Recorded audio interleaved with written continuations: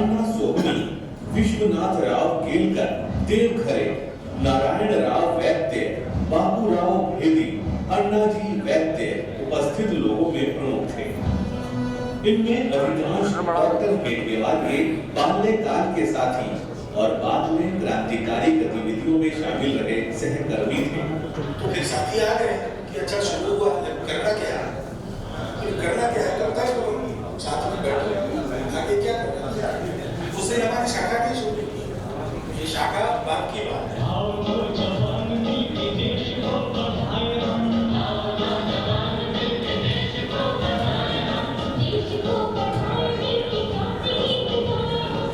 संघ की शुरुआत भी अपने आप में एक असाधारण तरीके से हुई। ना तो नए संगठन के बनने की सूचना विज्ञप्ति समाचार पत्रों में दी गई और ना ही लिखित रूप से उद्देश्यों को घोषित किया गया। यहाँ तक कि संगठन बन गया पर 6 महीने तक उसका नामकरण भी नहीं हुआ। संगठन में पदों और संगठन की संरचना का भी निर्माण संगठन के विस्तार के साथ साथ होता गया। संगठन की स्थापना होने के बाद एक बैठक हुई जिसमें प्रथम कार्य को करने हेतु चर्चा हुई और वह कार्य था नागपुर से 7 किलोमीटर दूर रामटेक में रामनवमी के अवसर पर लगने वाले मेले में स्वयंसेवी सेवा गतिविधियां आयोजित करना। लगभग 7 माह बाद 17 अप्रैल 1926 को डॉक्टर जी के निवास पर चर्चा के दौरान संगठन के नाम के लिए प्रस्ताव सामने, जिसमें 25 सदस्यों ने अपने अपने मन व्यक्त किए, जिसमें से 20 सदस्यों ने राष्ट्रीय स्वयंसेवक संघ नाम को उचित समझते हुए इसके समर्थन में नामत दिया। 5 सदस्य जरीपटका मंडल नाम रखने के पक्ष में रहे, जबकि तीसरे विकल्प भारतोद्धारक मंडल पर किसी की सहमति नहीं। इस प्रकार लोकतांत्रिक रूप से चुने गए नाम राष्ट्रीय स्वयंसेवक संघ को अंगीकार कर लिया गया। डॉक्टर हेडगेवार ने ऐसा नहीं कहा कि राष्ट्रीय स्वयंसेवक संघ शुरू हो, उन्होंने संघ शुरू हुआ ये कहा। और लोग जैसे शाखा में लोगों को लाने लगे तो लोग पूछने आपका संघ कौन सा है? तो उन्होंने डॉक्टर साहब को पूछा कि अपने संघ का नाम क्या है? तो डॉक्टर साहब ने कहा तय किसने किया है? बैठक में 3 नाम प्रस्तावित किए गए, चर्चा हुई, मतदान हुआ और बहुमत से पारित हुआ राष्ट्रीय स्वयंसेवक संघ। डॉक्टर हेडगेवार ने राष्ट्रीय स्वयंसेवक मंडल संघ स्थापना के 2 वर्ष पूर्व तक चलाएगा, लेकिन उन्होंने ये नाम बताया नहीं। रघुनाथ राव पांडे इसके अंतरिम या कार्यकारी सचिव नियुक्त किए गए और उन्हें 2 संयुक्त सचिव चुनने का अधिकार भी प्रदान किया गया।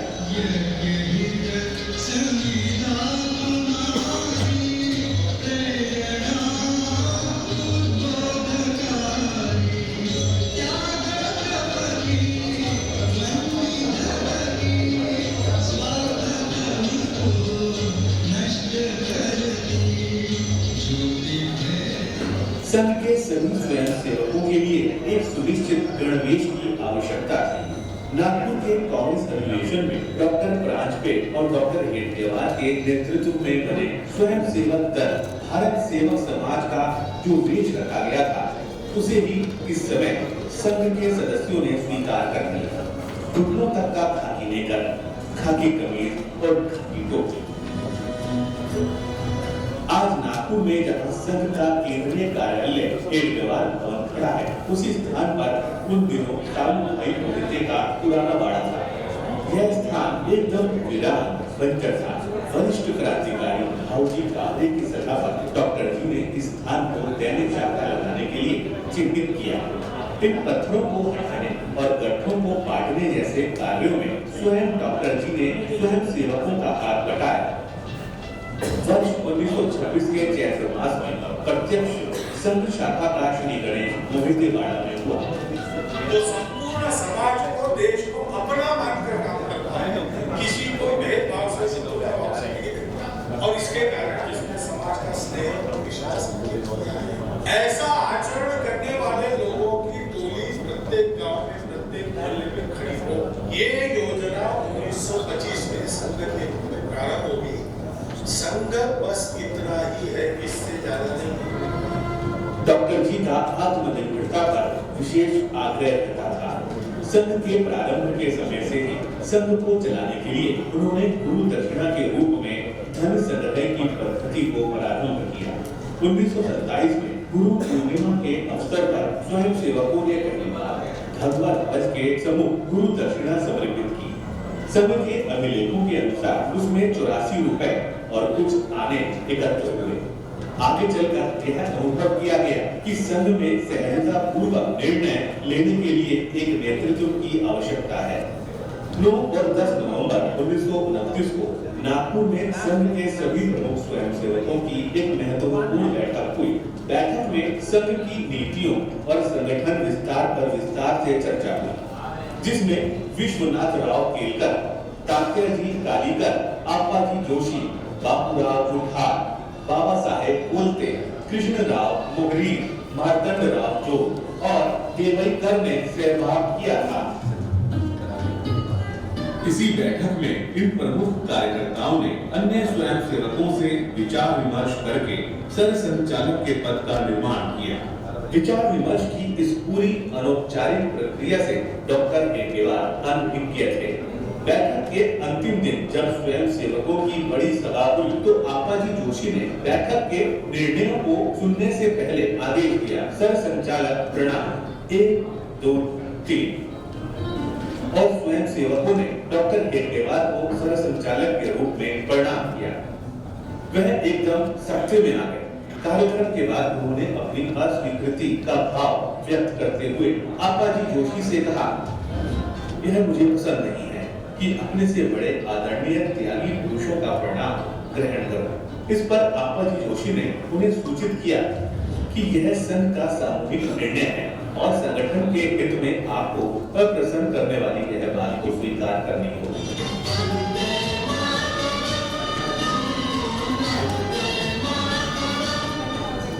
संघ संचालक परिवार के मुखिया की तरह होता है।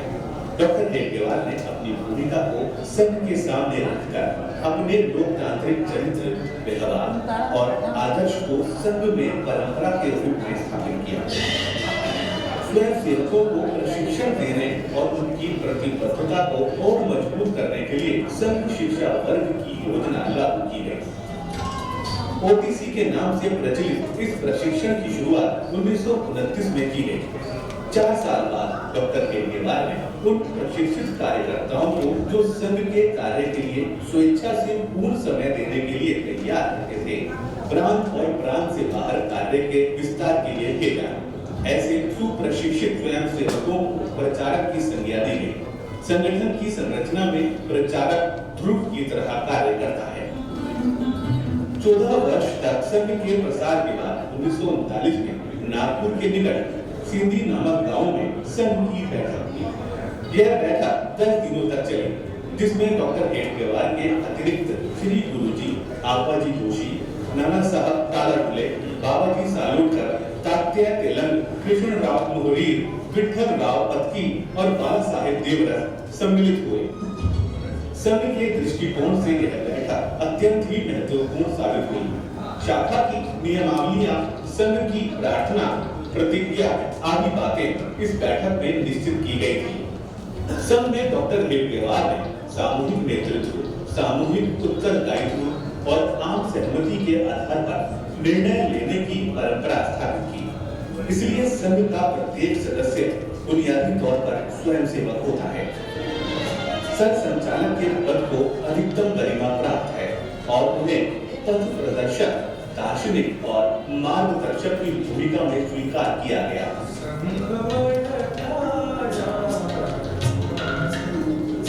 संघ की संगठन रचना इसे परंपरागत संगठनों से अलग और विशिष्ट रूप से स्थापित करती है। पहले धन, कार्यालय, चंदे की रसीद और पदों का निर्माण करने के बाद संगठन का विस्तार किया जाता है।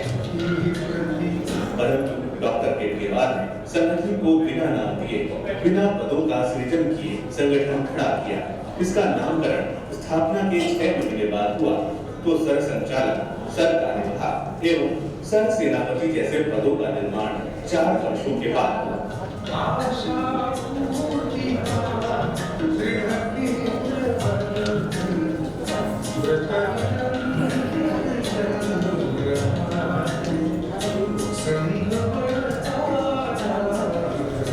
जब संघ आरंभ हुआ तब विचारधारा के नाम पर एक शब्द था, राजनीति, और संगठन में सिर्फ एक ही श्रेणी थी, स्वयंसेवक, और आदर्श के रूप में भगवत।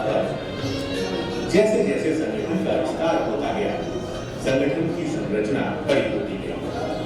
शाखा स्वयंसेवकों का सम्मिश्र रूप है।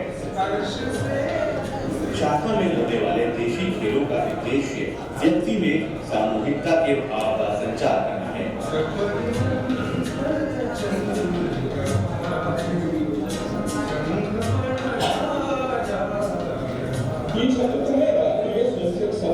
इन 3 शब्दों पर की तौफीक देते हुए दुनिया दूर से समझ छाया। राष्ट्रीय क्यों है? राष्ट्रीय स्वयंसेवक क्या है? स्वयंसेवक कौन है? और संघ क्या है? संघ केवल कुछ लोगों के संगठन है, समाज का संगठन। इसलिए संघ में कहने को कहते थे राष्ट्रीय स्वयंसेवक संघ, निसंघ। यह समाज में संगठन नहीं है, यह समाज का संघ में लिखित सदस्यता या सदस्यता शुल्क जैसी परंपरागत संगठन शैली को लागू नहीं किया गया। राष्ट्र के प्रति भावनात्मक प्रतिबद्धता का धैर्य ही सदस्यों के बीच एकता का आधार है। शाखा व्यायामशाला शारीरिक प्रशिक्षण केंद्र न होकर वैचारिक आंदोलन का नियमित केंद्र है। संघ की चिंतन प्रक्रिया और दृष्टि के अनुरूप संघ में पद के स्थान पर दायित्व शब्द का उपयोग किया जाता है। कार्य महत्वपूर्ण है, न कि वह व्यक्ति जो उस कार्य को कर रहा है। ऐसा ही सभी स्वयंसेवकों को सिखाया जाता है।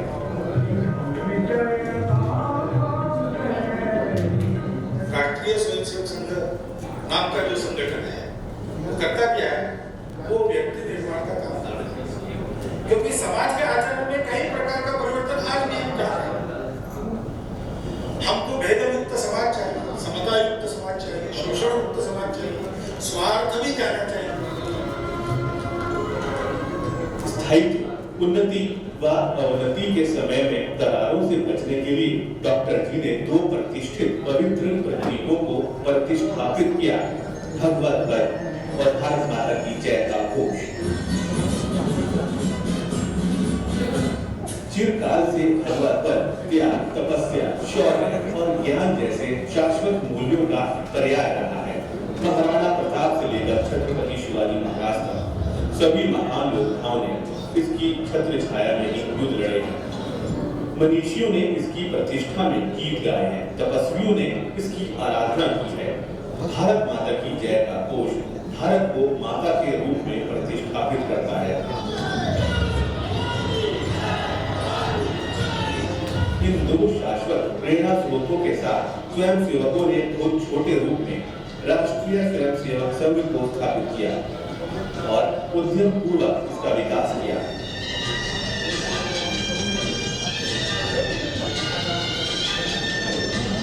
संघ के 2 प्रमुख आयाम हैं, 2 प्रमुख पहलू हैं। एक है व्यक्ति निर्माण का और दूसरा समाज संगठन का। ये दोनों पहलू एक ही लक्ष्य के लिए हैं, वह भारत के परम वैभव। संघ 2 स्तंभों पर खड़ा है, सिद्धांत और स्वयंसेवक। इसमें स्वयंसेवक का महत्व बहुत अधिक है, इसलिए अधिक है कि वह संघ अपने जीवन में जीता है। संघ जीने वाले ऐसे लाखों स्वयंसेवक सारे देश भर में हैं। उनके संपर्क में आने वाले लोग उनके व्यवहार से संघ को समझते हैं। स्व प्रेरणा से और स्वयं स्फूर्ति से राष्ट्र सेवा का पीड़ा उठाने वाले व्यक्ति का केवल राष्ट्र कार्यार्थ निर्मित संघ ही राष्ट्रीय स्वयंसेवक संघ है। मुट्ठी भर युवकों को लेकर प्रारंभ हुआ संघ आज देश का अपितु विश्व का सबसे बड़ा सामाजिक सांस्कृतिक संगठन है। इसका एकमात्र कारण है कि संघ की शाखा में देशभक्ति और अनुशासन के साथ युवाओं में उन्नत चरित्र के संस्कारों का बीजारोपण, जिससे प्रेरित होकर संघ के अगणित स्वयंसेवक समाज जीवन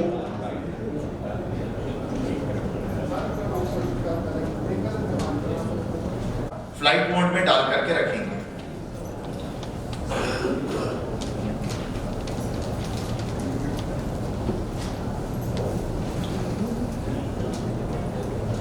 भूतल पर एक पुस्तिका बिक्री के लिए रखी हुई है।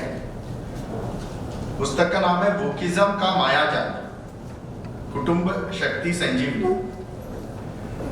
पुस्तक का परिचय इस प्रकार है। वोकिज्म मूल रूप से कल्चरल मार्क्सिज्म के अंतर्गत परिवार, परंपरा और संस्कृति को तोड़ने का एक उपक्रम है। अधिक सूक्ष्मता से देखने पर इसके पीछे बचाव का प्रयोजन और समर्थन दिखाई देगा। सामाजिक और अन्य माध्यमों के विकृत विचारों को प्रतिष्ठा प्रदान करने में इन दोनों विपरीत और दशकों से संघर्षरत विचारधाराओं की लगभग समान भूमिका का सम्मान रहा है। प्रस्तुत पुस्तिका में इस विकार की विस्तृत जानकारी एकत्रित की गई है। विचार सिद्धांत के वर्णन के साथ ही इसकी कार्यशैली और प्रभाव का भी इस पुस्तिका में चित्रण तथा लेखन किया गया है। सभी से आग्रह है कि इस पुस्तिका को नीचे रखी हुई है, आप इसका क्रय कर सकते हैं।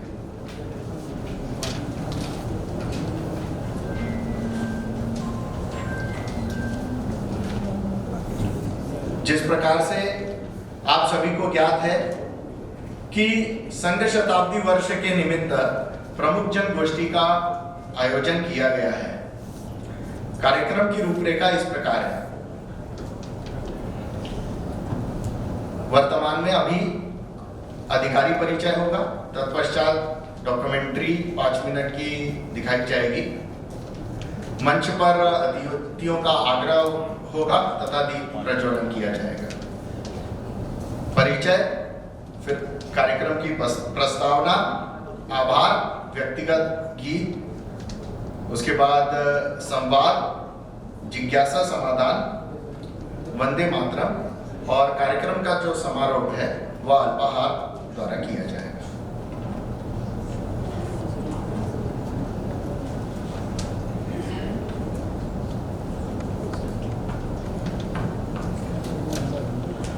परिचय है श्री सुनील कुलकर्णी जी, सामने की ओर।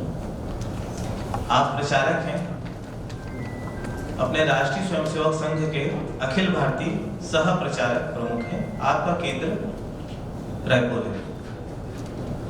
श्री संजय दुबे जी उधर, आप LIC में कार्यरत हैं। आप राष्ट्रीय स्वयंसेवक संघ छत्तीसगढ़ प्रांत में आपका दायित्व संपर्क प्रमुख के दायित्व का निर्वहन कर रहे हैं। ऐसे ही श्री सुनील उगुल पंडा जी सामने में ही हैं। आप भी प्रचारक हैं। आप प्रांत में जनजाति कार्य प्रमुख के नाते, दायित्व के नाते कार्य करते हैं। आपका केंद्र रायपुर है। ऐसे ही श्री रोहित पाटीदार पीछे की ओर हैं। आप प्रचारक हैं और अपने रायपुर विभाग के विभाग प्रचारक के नाते दायित्व का निर्वहन कर रहे हैं। आपका केंद्र रायपुर है। श्री ललित चंद्राकर जी,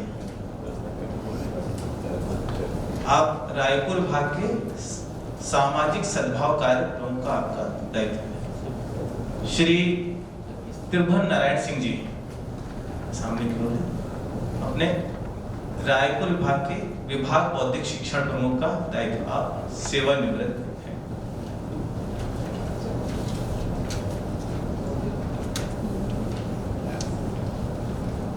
अपनी स्थापना के 100 वर्ष पूर्ण कर रहा है। 1925 में नागपुर में असत्य पर सत्य के विजयोत्सव विजयदशमी के दिन परम पूजनीय डॉक्टर केशव बलराम हेडगेवार जी ने 15 से 20 स्वयंसेवकों के साथ संघ की स्थापना की। राष्ट्रीय स्वयंसेवक संघ की नियमित शाखा नागपुर शहर के मोहिते बाड़ा मैदान में 28 मई 1926 से लगनी आरंभ हुई। संघ संस्थापक डॉक्टर हेडगेवार जी का जन्म 1 अप्रैल 1889 को नागपुर में हुआ था। बचपन से ही आप राष्ट्र एवं समाज के बारे में चिंतन करते रहते थे। आपका प्रारंभिक जीवन संघर्षों से भरा हुआ था। 13 वर्ष की आयु में ही आपके माता पिता का देहांत हो गया था। विपरीत परिस्थितियों में भी आपने अपनी प्रारंभिक शिक्षा नागपुर, यवतमाल और पूना के विभिन्न संस्थानों से पूर्ण की। लोकमान्य तिलक के राष्ट्रवाद का आपके जीवन पर बहुत बड़ा प्रभाव था। 1910 में चिकित्सा की शिक्षा प्राप्त करने के लिए आप कलकत्ता गए। 5 वर्ष तक शिक्षा प्राप्त करने के साथ साथ आपने अनुशीलन समिति के सदस्य के रूप में क्रांतिकारियों के साथ देश को स्वतंत्र कराने के प्रयास में सक्रिय भूमिका निभाई। डॉक्टर हेडगेवार कांग्रेस के सक्रिय सदस्य के रूप में अपना योगदान दे रहे थे। मई 1921 में उन्हें कटोल और भारतवाड़ा में दिए गए आक्रामक भाषणों के लिए देशद्रोह का आरोप लगाकर अंग्रेजी सरकार ने गिरफ्तार कर लिया और अदालत ने उन्हें 1 वर्ष के सश्रम कारावास की सजा सुनाई। डॉक्टर हेडगेवार देश में बढ़ते हिंदू और मुसलमानों के बीच तनाव से चिंतित थे। गांधी जी स्वयं हिंदू मुसलमान एकता की बात करते थे। प्रदेश में कई स्थानों पर वर्ष 1921 से 1923 के बीच दंगे भड़क उठे। इन दंगों में अधिकतर हिंदू ही शिकार बने। कांग्रेस इन घटनाओं पर पर्दा डालती रही। इन परिस्थितियों ने डॉक्टर हेडगेवार को प्रेरित किया कि वो कांग्रेस से अलग कोई विकल्प सोचें और 1925 में हिंदू समाज को संगठित करने के लिए राष्ट्रीय स्वयंसेवक संघ की स्थापना की गई। 1940 में डॉक्टर हेडगेवार के देहांत के बाद सर संघचालक का दायित्व परम पूजनीय माधव सदाशिव गोलवलकर उपाध्याय गुरुजी ने संभाला। श्री गुरुजी ने संघ कार्य को गति देने का कार्य किया। भारत की आजादी के बाद भी संघ का काम खत्म नहीं हुआ। पाकिस्तान से विस्थापित होकर आए लुटे पिटे हिंदुओं और सिखों के पुनर्वास के लिए स्वयंसेवक निरंतर कार्य करते रहे। संघ की सर्वव्यापी स्वीकार्यता कुछ लोगों की आंखों में खटक रही थी। 1948 में गांधी जी की हत्या का मिथ्या आरोप लगाकर संघ पर प्रतिबंध लगा दिया गया। आज बाद में कोर्ट ने इस आरोप से संघ को मुक्त कर दिया और सरकार को संघ पर से प्रतिबंध हटाना पड़ा। डॉक्टर हेडगेवार की गौरवमय यात्रा को अनवरत आगे बढ़ाने में द्वितीय सरसंघचालक परम पूज्य माधव सदाशिवराव गोलवलकर उपाध्याय श्री गुरुजी, तृतीय सरसंघचालक परम पूज्य बाला साहब देवव्रत जी, चतुर्थ सरसंघचालक परम पूज्य प्रोफेसर राजेंद्र सिंह उपाध्याय रज्जू भैया, पंचम सरसंघचालक परम पूज्य के.एस. सुदर्शन जी और वर्तमान सरसंघचालक पूजनीय मोहन भागवत जी के नेतृत्व में संघ के स्वयंसेवक निरंतर सक्रिय हैं। राष्ट्रीय स्वयंसेवक संघ आज एक वटवृक्ष के समान है। अपने 100 वर्षों की यात्रा में संघ ने अनेक संगठनों को राष्ट्र निर्माण में योगदान देने के लिए प्रेरणा दी है। आज भारतीय जनता पार्टी की देश में और कई राज्यों में सरकार है। इसके अतिरिक्त अखिल भारतीय विद्यार्थी परिषद, भारतीय मजदूर संघ, भारतीय किसान संघ, स्वदेशी जागरण मंच, वनवासी कल्याण आश्रम, राष्ट्र सेविका समिति, विद्या भारती, संस्कार भारती, विश्व हिंदू परिषद आदि अनेकों संगठन हैं जो संघ से प्रेरणा लेकर विविध क्षेत्रों में समाज के लिए कार्य कर रहे हैं। मार्ग अनेक, लक्ष्य एक, सशक्त हिंदू समाज का निर्माण, विश्व गुरु बने हिंदुस्तान। इसी ध्येय के साथ राष्ट्रीय स्वयंसेवक संघ की 100 वर्षों की यात्रा अनवरत जारी है।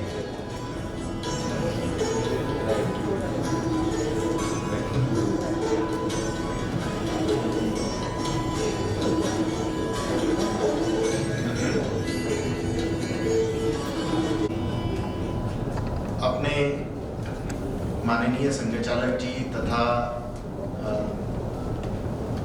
भाई साहब से, राकेश जी से आग्रह है कि मंच पर अपना स्थान ग्रहण करें।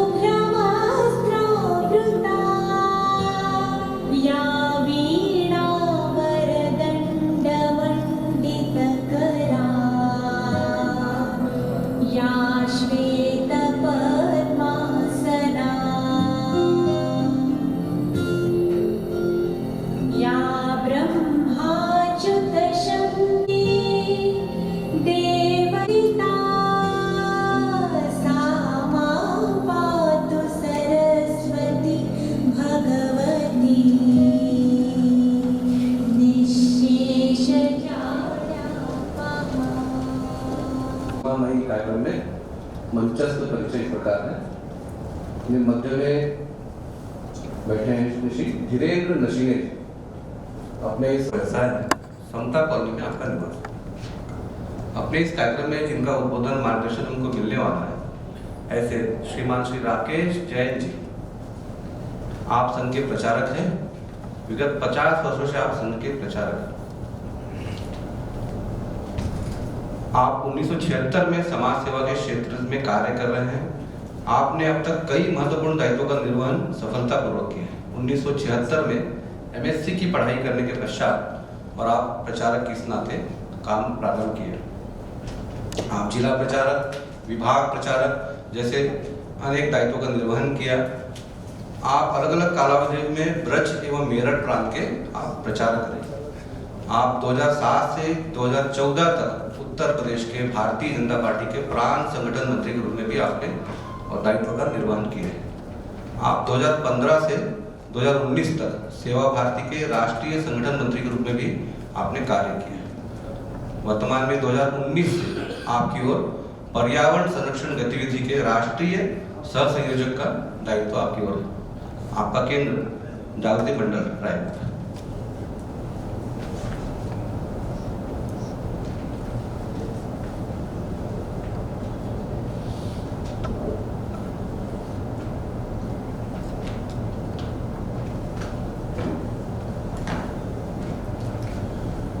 राष्ट्रीय स्वयंसेवक संघ द्वारा आयोजित आज के इस प्रमुख जन गोष्ठी कार्यक्रम में आप सभी महानुभावों का हार्दिक स्वागत और अभिनंदन है। संघ कार्य 1925 में प्रारंभ होकर आज अपने 101 वर्ष में प्रवेश कर चुका है।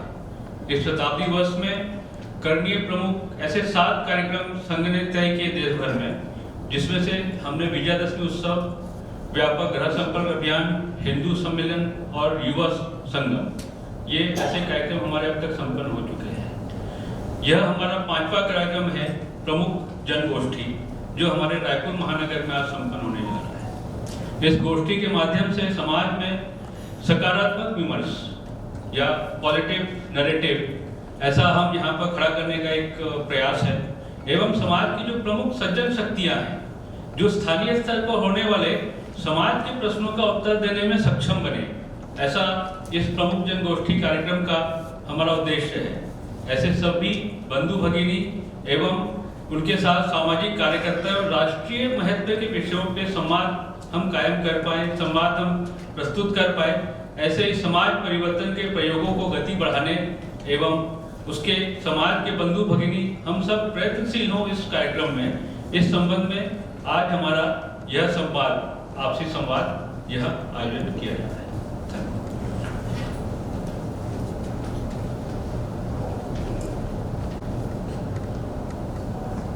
इस भवन को हमें उपलब्ध कराने के लिए विमतारा परिवार का हम सहृदय से धन्यवाद ज्ञापित करते हैं तथा व्यवस्था में लगे सभी अपने बंधुओं का भी हम धन्यवाद ज्ञापित करते हैं।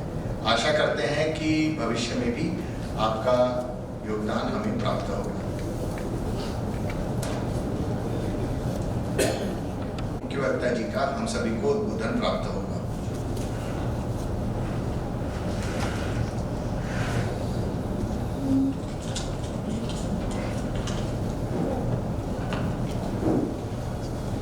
राष्ट्र भक्ति ले हृदय में हो खड़ा यदि देश सारा, संकटों पर मात कर यह राष्ट्र विजयी हो हमारा।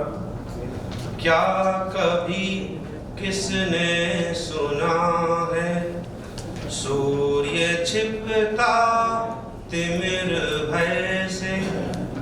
क्या कभी सरिता रुकी है बांध से वन पर्वतों से?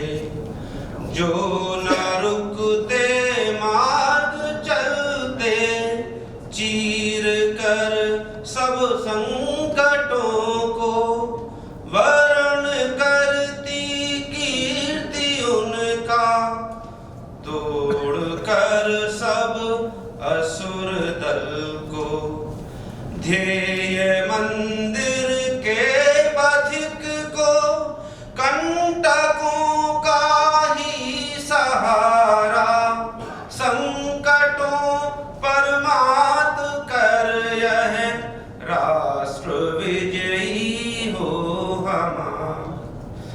हम न रुकने को चले हैं, सूर्य के यदि पुत्र है तो हम न हटने को चले हैं, शरत की यदि प्रेरणा तो चरण अंगद ने रखा है, आओ से कोई हटाए, दहकता ज्वालामुखी यह, आओ से कोई बुझाए, मृत्यु की पीकर सुधा हम चल पड़ेंगे ले दुधारा, संकटों पर मात कर यह राष्ट्र विजयी हो हमारा। ज्ञान के विज्ञान के भी क्षेत्र में हम बढ़ पड़ेंगे, नील नभ के रूप के नव अर्थ भी हम कर सकेंगे, भोग के वातावरण में त्याग का संदेश देंगे, त्रास के घन बादलों से सौख्य की वर्षा करेंगे, स्वप्न यह साकार करने संगठित हो हिंदू सारा, संकटों पर मात कर यह राष्ट्र विजयी हो हमारा। राष्ट्र भक्ति ले हृदय में हो खड़ा यदि देश सारा, संकटों पर मात कर यह राष्ट्र विजयी हो हमारा, राष्ट्र विजयी हो हमारा, राष्ट्र विजयी हो हमारा।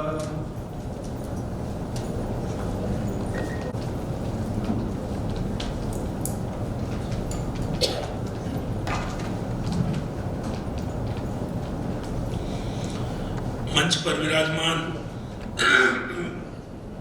माननीय विभाग संघ चालक जी, माननीय महानगर संघ चालक जी, सभागृह में उपस्थित श्रद्धेय मातृशक्ति, उपस्थित सज्जन वृंद, वैसे तो संघ की स्थापना को 100 वर्ष इस साल 2 अक्टूबर 2025 को पूरे हो गए थे, परंतु उसके बाद संघ की शताब्दी के कार्यक्रम मनाने की योजना बनी और अभी कुछ कार्यक्रमों की चर्चा यहाँ पर की गई है। उसी में से एक कार्यक्रम आज ये नागरिक गोष्ठी आपके सामने है।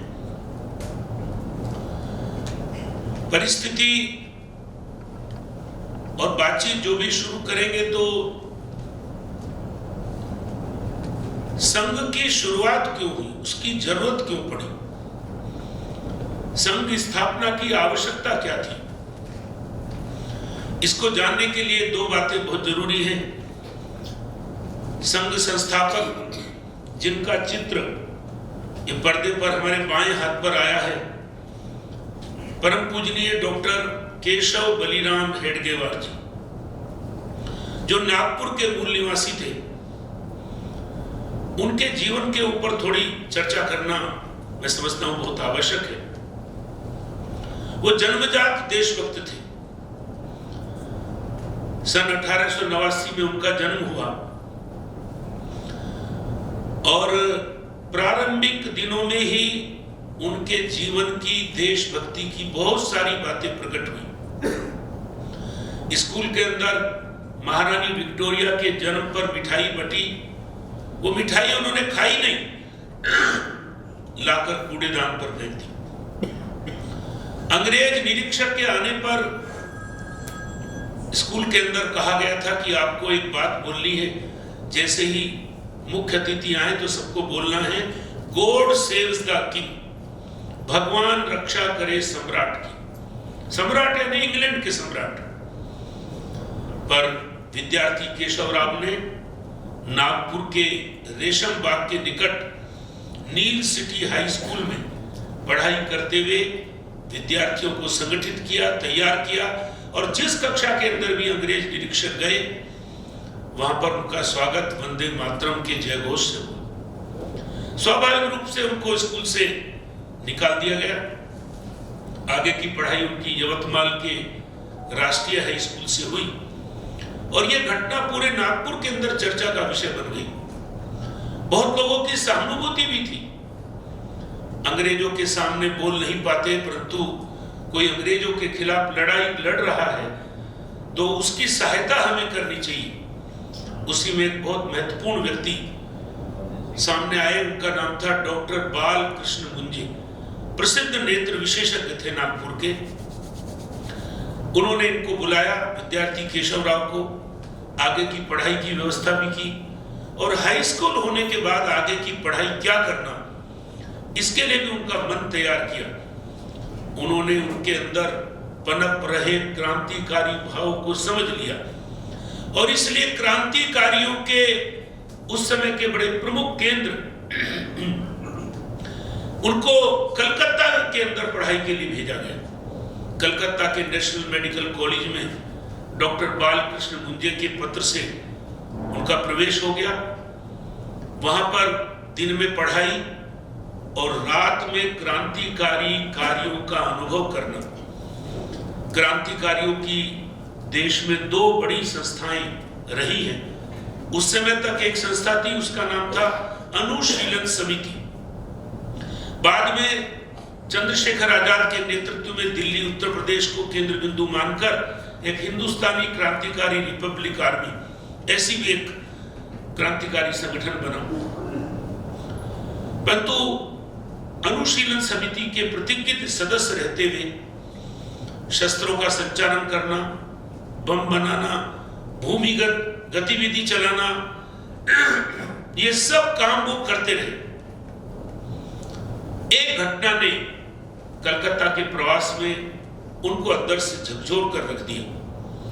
एक क्रांतिकारी साथी 7 दिन उनके कमरे पर उनके साथ साथ रहे, भूमिगत रहकर रहे।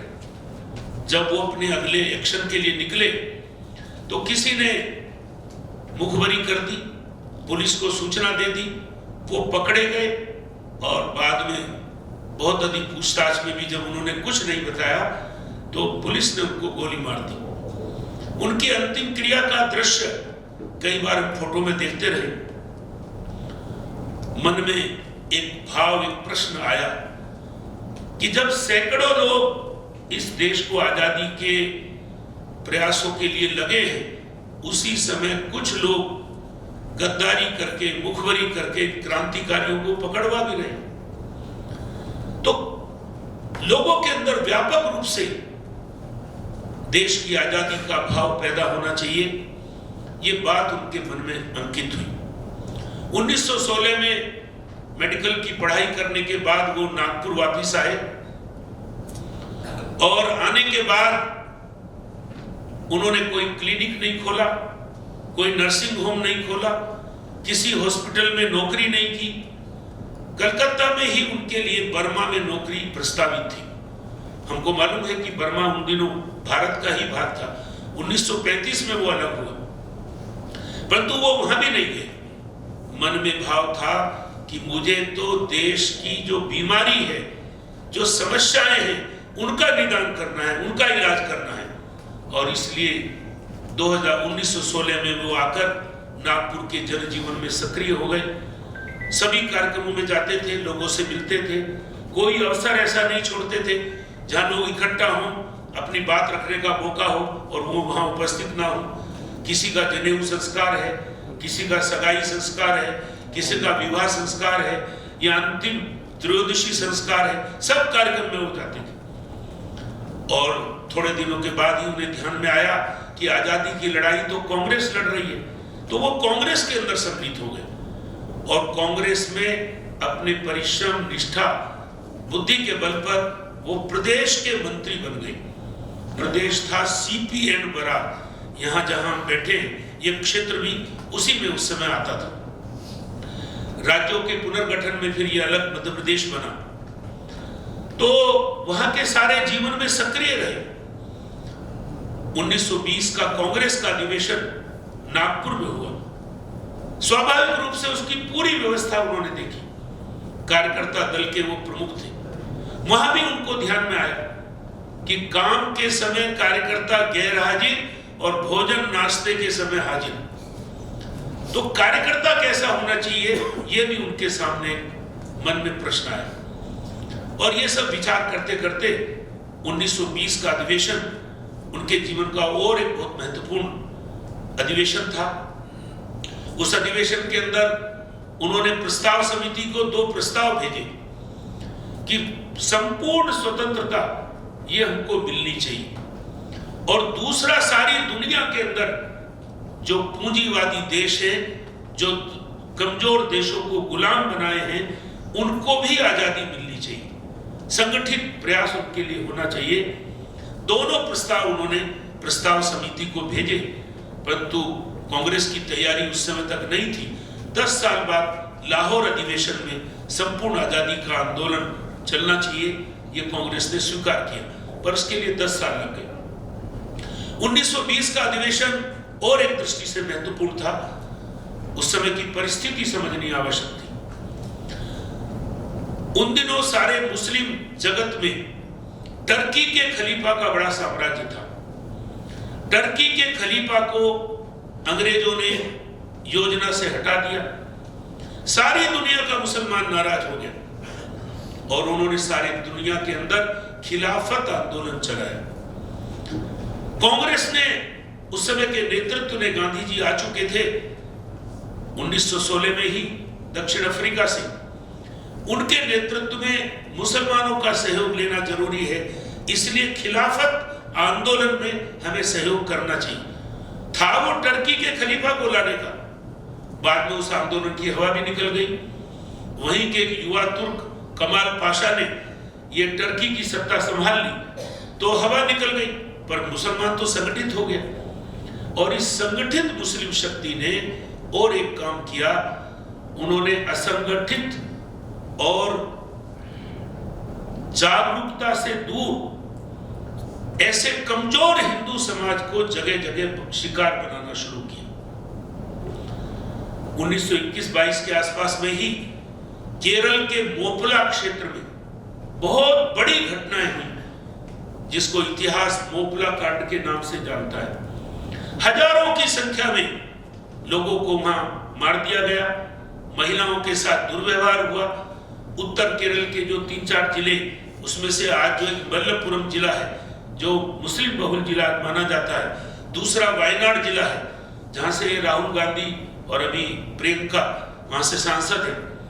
तो इन जिलों के क्षेत्र में ये सारा कत्लेआम और धर्मांतरण का कांड चला। वीर सावरकर जी ने इसके लिए पुस्तक भी लिखी है, मोपला नाम से, पूरा वर्णन उसके अंदर आता है। तो कुल मिलाकर बाकी भी देश के अंदर जहां जहां संभव था, मुसलमान समाज ने हिंदुओं को शिकार बनाना शुरू किया। ये भी घटनाएं डॉक्टर जी को संकेत कर रही थी। 1920 का अधिवेशन, उसमें खिलाफत आंदोलन में हम जेल भरेंगे, तो जेल जाने का निर्णय भी डॉक्टर जी ने किया और वो 1 साल का कठोर कारावास की सजा उनको हुई। जेल भी उनके लिए एक तरह से अध्ययनशाला ही थी। वहां पर उन्होंने सारी पुस्तकों का अध्ययन किया, इतिहास का अध्ययन किया और लोगों से वार्ता की, संपर्क आए, लोगों से चर्चा वार्ता करते थे। लोग उनको कहते थे, अरे ये आजादी प्राप्त करना क्या है, तो बड़ा मामूली काम है। आजादी प्राप्त करना ये तो 2-3 मिनट का काम है। डॉक्टर जी उनको बोलते थे कि ये आजादी जो 2-3 मिनट में आती है, वो 4-6 मिनट में जा भी सकती। कोई स्थायी कारण ढूंढना चाहिए, इसका निदान ढूंढना चाहिए, और इसके लिए उनके मन में चिंतन मनन चलता रहा। चिंतन मनन में 4 प्रमुख बातें उनके ध्यान में आई। 4 प्रमुख कारण हैं गुलामी के। पहला कारण देश के अंदर बड़े बड़े लोगों में फूट, एक दूसरे की टांग खींचने का कार्यक्रम। सिकंदर ने भारत पर आक्रमण किया, महाराजा पुरु ने उनसे मुकाबला किया, परंतु पड़ोस के राजा हम भी ये सिकंदर की सहायता करते नजर आए। और 12वीं शताब्दी के अंत में महाराजा पृथ्वीराज चौहान ने मुकाबला किया, 16 बार मोहम्मद गोरी को युद्ध में पराजित किया, पर 17वीं बार वो खुद हारे और उसमें बलिदान भी उनका हो गया। ये अलग बात है कि बलिदान होते होते वो मोहम्मद गोरी को भी जहन्नुम में पहुंचा कर गए, परंतु कुल मिलाकर देश का तो गुलामी का रास्ता खुल गया।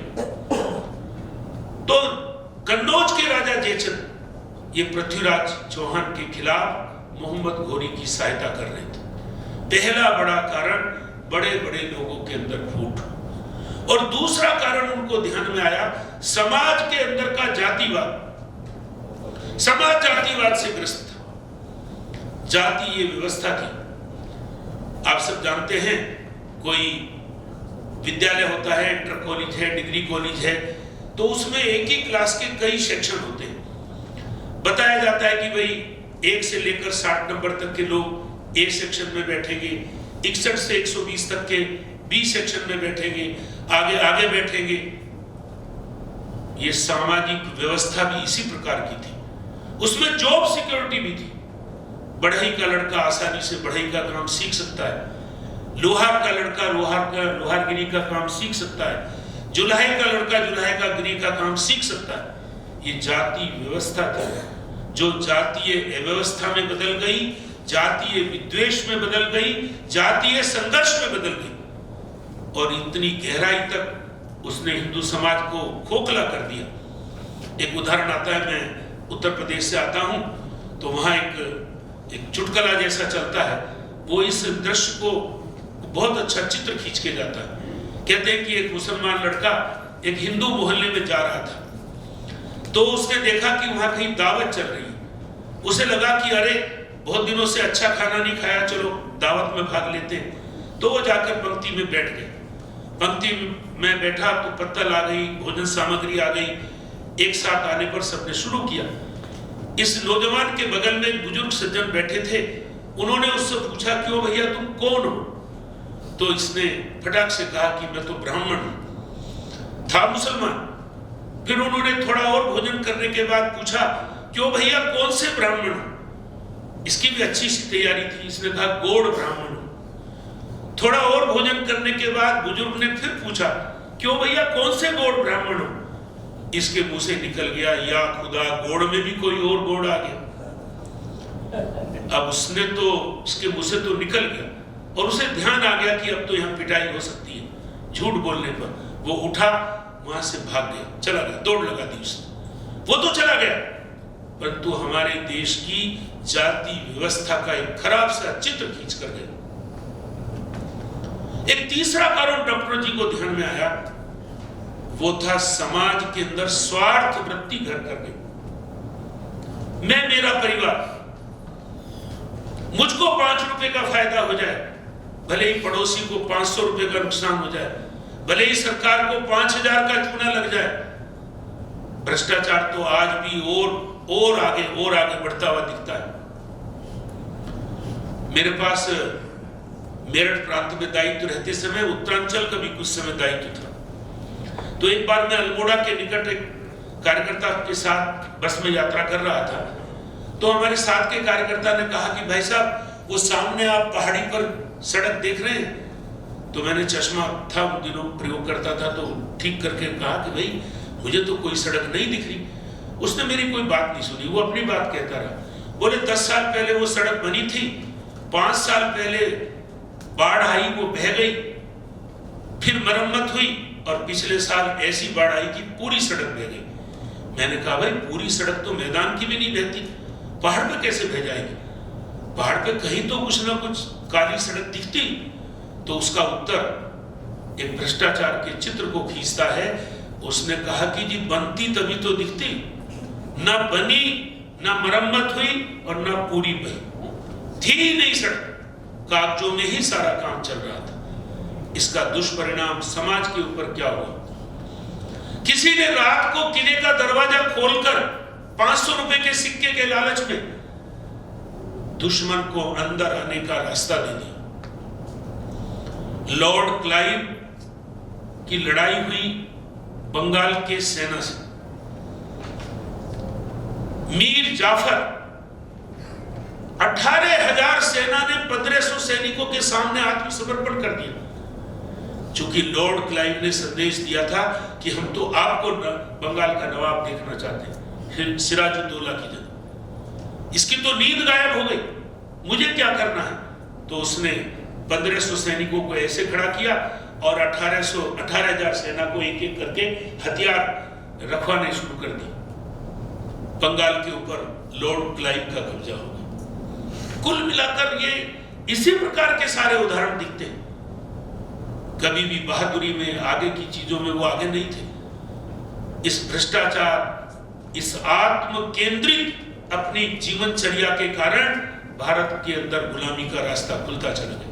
एक एक करके राज्य हमारे विदेशी लोगों के कब्जे में आते गए। चौथा कारण भी डॉक्टर जी को ध्यान में आ गया, और वो था कि हम आत्मविस्मृत हो गए, अपने को भूल गए। हमारा गौरवमय इतिहास था। हमारे महापुरुषों ने हमको संदेश दिया, कृणवंतो विश्वमार्यो, सारी दुनिया को आर्य बनाना है, श्रेष्ठ बनाना है। हम उस लक्ष्य को भूल गए। सारी दुनिया के लोग भारत में पढ़ने आते थे। संघ में हम एक गीत बोलते हैं, जय हे जगती के प्रथम राष्ट्र। उस गीत के अंदर की पंक्तियां अपने को बताती है कि भारत में ही अक्षर ज्ञान सबसे पहले हुआ, अंक ज्ञान पहले हुआ। पूर्व पश्चिम फिल्म का गाना सबने सुना है, जब जीरो दिया मेरे भारत ने। हमारे यहाँ ज्ञान का, विज्ञान का अद्भुत केंद्र रहा है, कोई कमी नहीं थी। पूरे दक्षिण भारत से लेकर उत्तर भारत तक भवन निर्माण कला, वास्तुशास्त्र की कला, ज्योतिष की कला, संगीत की कला, योग की कला, सभी में अपने लोगों ने कीर्तिमान स्थापित किए। और हमारे देश के अंदर लोग, सारी दुनिया के लोग पढ़ने आते थे। वास्तव में विश्वविद्यालय थे। नालंदा विश्वविद्यालय कितने महीने चलता रहा, हम सब ने वो इतिहास के अंदर पढ़ा। ये सारी बातें अपने देश के अंदर थी। डॉक्टर जी लोगों से चर्चा करते थे, लोगों का मन पढ़ते थे, और आगामी संगठन की नींव भी रखते जा रहे थे अपने मन में। और उसी आधार पर 27 सितंबर 1925 को उन्होंने अपने कुछ मित्रों के साथ संघ की स्थापना की, शुरुआत की। शुरू में लोगों ने कहा कि नहीं नहीं, हिंदू संगठन तो हो नहीं सकता, ये तो मेंढकों को तोलने के समान है। किसी ने कहा कि अरे हिंदू की बात करते हो, मुझे गधा कह लो पर हिंदू मत कहो, ऐसा भी लोगों ने कहा।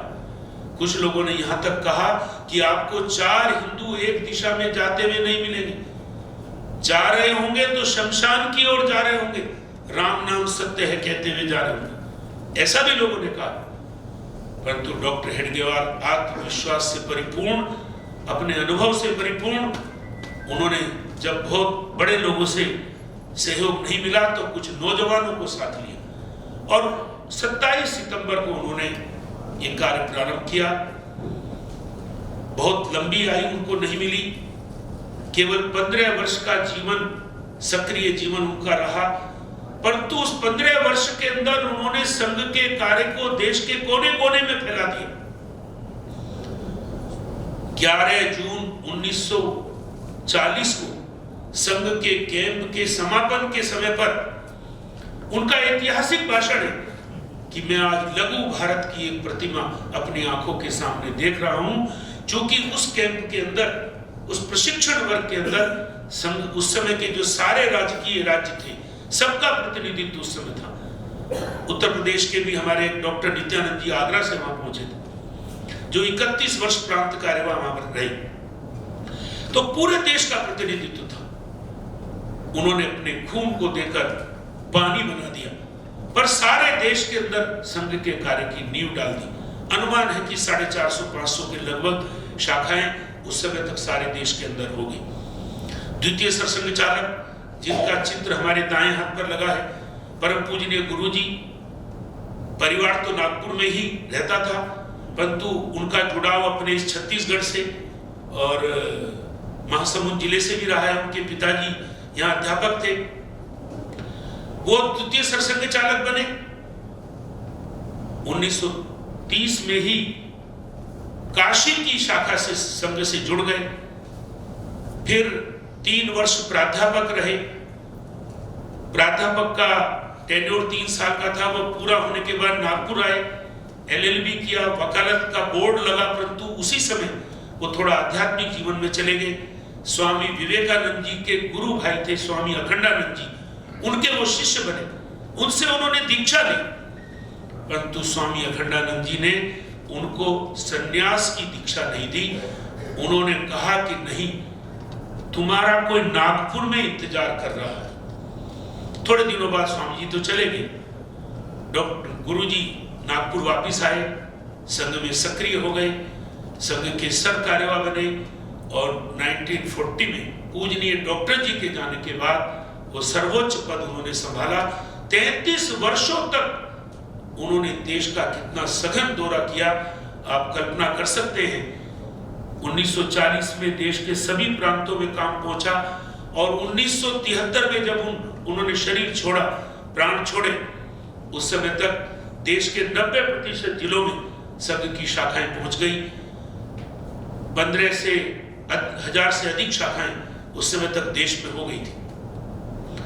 मैं एक और बात कहता हूं, 33 में वो साल में 3 बार दौरा करते थे संघ के प्रशिक्षण वर्गों में, और हर कमिश्नरी लेवल पर 1 दिन, और बाद में कुछ प्रमुख कार्यक्रमों के लिए। 33 को 3 से गुना करेंगे तो 99 हो जाता है। एक जरा और मार्जिन का जोड़ दीजिए, 100 बार जिन्होंने भारत माता की परिक्रमा की हो, 100 बार मानो उन्होंने भारत माता की आरती की हो, ऐसा तो देश में कोई महापुरुष नहीं। इसलिए उनके लिए गीत, कवि ने गीत भी लिख दिया कि गाड़ी मेरा घर है कहकर जिसने की संचार तपस्या। पूजनीय गुरु जी के बाद पूज्य बाला साहब देवव्रत सरसंघ चालक बने। 1994 तक उन्होंने 21 वर्ष संघ के कार्य का नेतृत्व किया और संघ को सेवा कार्यों की ओर जोड़ने का बहुत बड़ा काम किया। बहुत दूरदर्शी थे। उन्होंने बहुत पहले कहा कि यदि छुआछूत पाप नहीं है तो दुनिया में कुछ भी पाप नहीं। 2 अक्टूबर 1979 उन्होंने पहले सेवा कार्य की स्थापना की दिल्ली में। दिल्ली की वाल्मीकि बस्ती में वो कोचिंग क्लास प्रारंभ हुआ। आज तो सेवा भारती कितना बड़ा कार्य हो गया। उसके बाद पूज्य रज्जू भैया 6 वर्ष उन्होंने कार्य का नेतृत्व किया। बाद में पूज्य सुदर्शन जी 9 वर्ष वो भी सरसंघ चालक रहे, वो तो रायपुर से ही जुड़े रहे। और अभी डॉक्टर मोहन भागवत जी। आज कार्य की स्थिति क्या है? आज देश में शाखा और मिलन जो साप्ताहिक रूप से चलते हैं, इनकी संख्या 1,07,000 को पार कर गई है। यानी लगभग 6 गांव के बीच में 1 गांव में शाखा। बहुत बड़ा विस्तार शाखाओं के कार्य का हुआ है। मंडली भी चलती है जहां महीने में 1 बार इकट्ठा होते हैं। तो संघ कार्य का एक 100 साल के इतिहास में बहुत महत्वपूर्ण ये कदम है। संघ के कुछ और बातें मुझे आपके सामने रखनी है। संघ और सेवा कार्य, जब ये बात ध्यान में आ गई कि ईसाई मिशनरी इस समाज के कमजोर वर्ग को, दूर दराज के लोगों को धर्मांतरण कर रहे हैं, लोभ से, लालच से, डर से धमकाकर। भवानी शंकर नियोगी आयोग बना था जशपुर में, उन्होंने 10,000 पेज की रिपोर्ट दी। वहीं से 1952 में वनवासी कल्याण आश्रम प्रारंभ हुआ। परंतु डॉक्टर जी की जन्म शताब्दी के समय सेवा कार्य का एक बहुत विस्तारित रूप हमारे सामने आया और आज 1.25 लाख के लगभग सेवा कार्य जो शिक्षा के क्षेत्र में, स्वास्थ्य के क्षेत्र में, संस्कार के क्षेत्र में और धर्म जागरण के क्षेत्र में, ऐसे कुल मिलाकर 1.25 लाख सेवा कार्य आज संघ के कार्यकर्ता स्लम में यानी गरीब बस्तियों में और ट्राइबल में, ऐसे दोनों स्थानों पर चला रहे। संघ कार्य का एक और विस्तारित रूप अपने को ध्यान में आता है विदेशों में कार्य।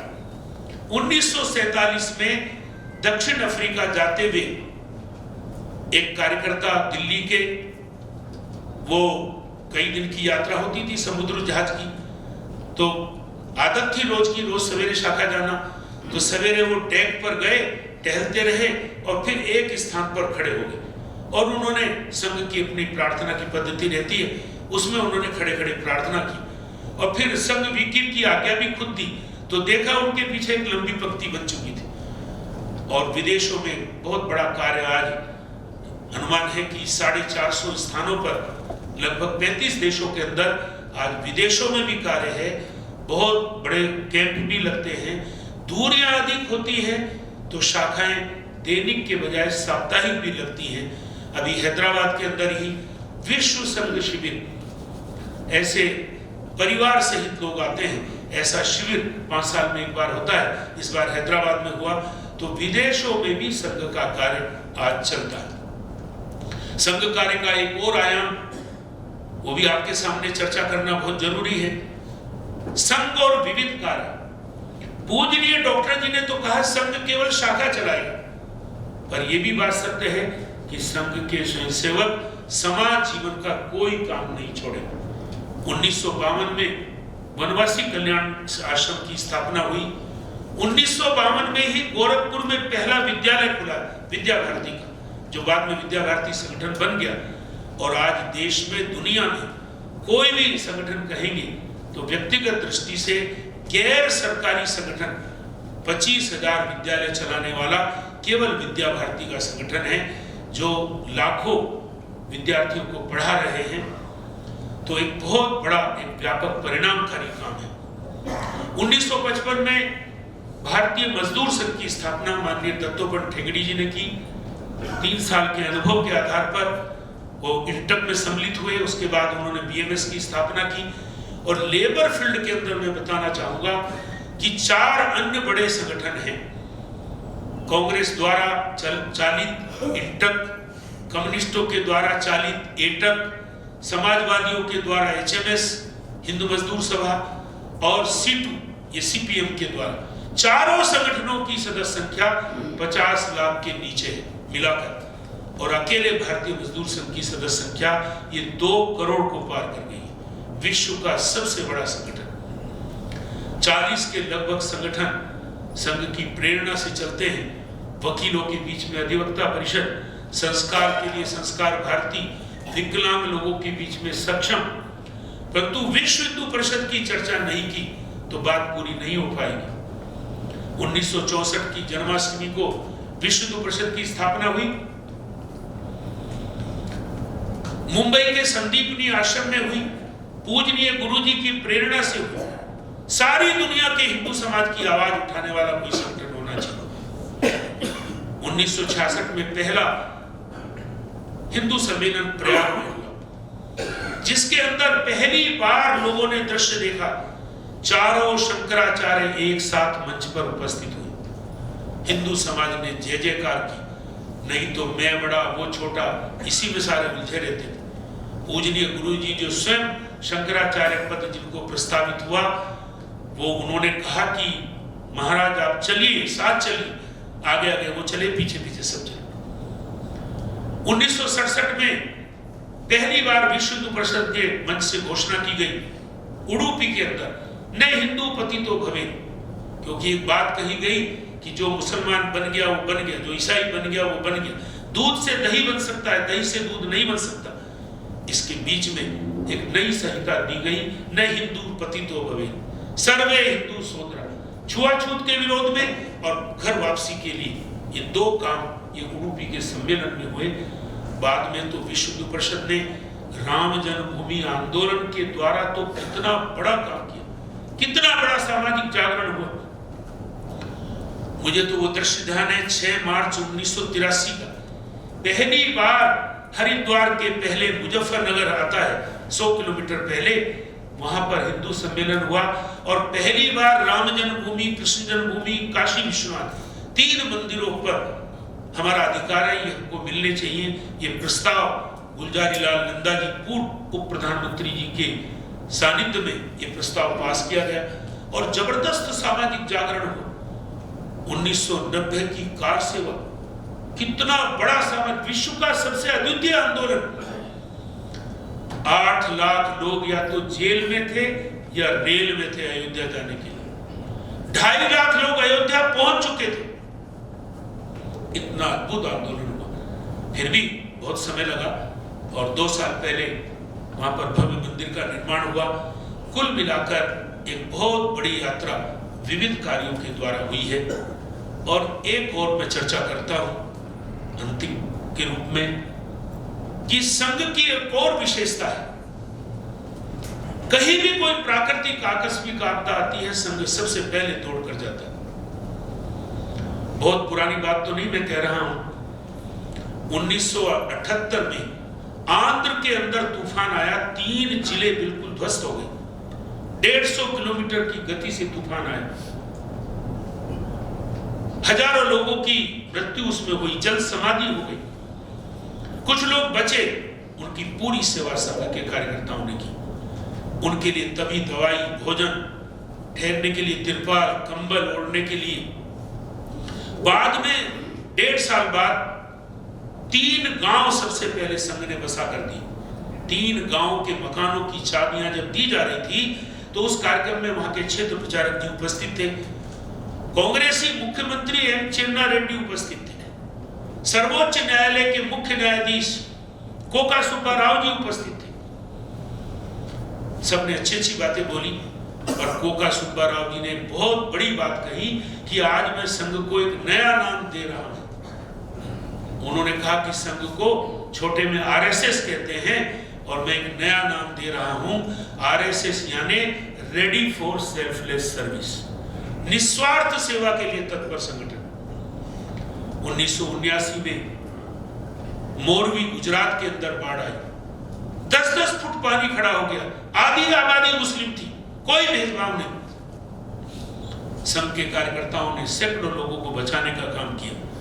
1991 में उत्तरकाशी का भूकंप, 93 में महाराष्ट्र के लातूर उस्मानाबाद का भूकंप, 95 में बद्रीनाथ मार्ग पर पीपल टोला में भूकंप और 2001 का गुजरात का कच्छ का भूकंप।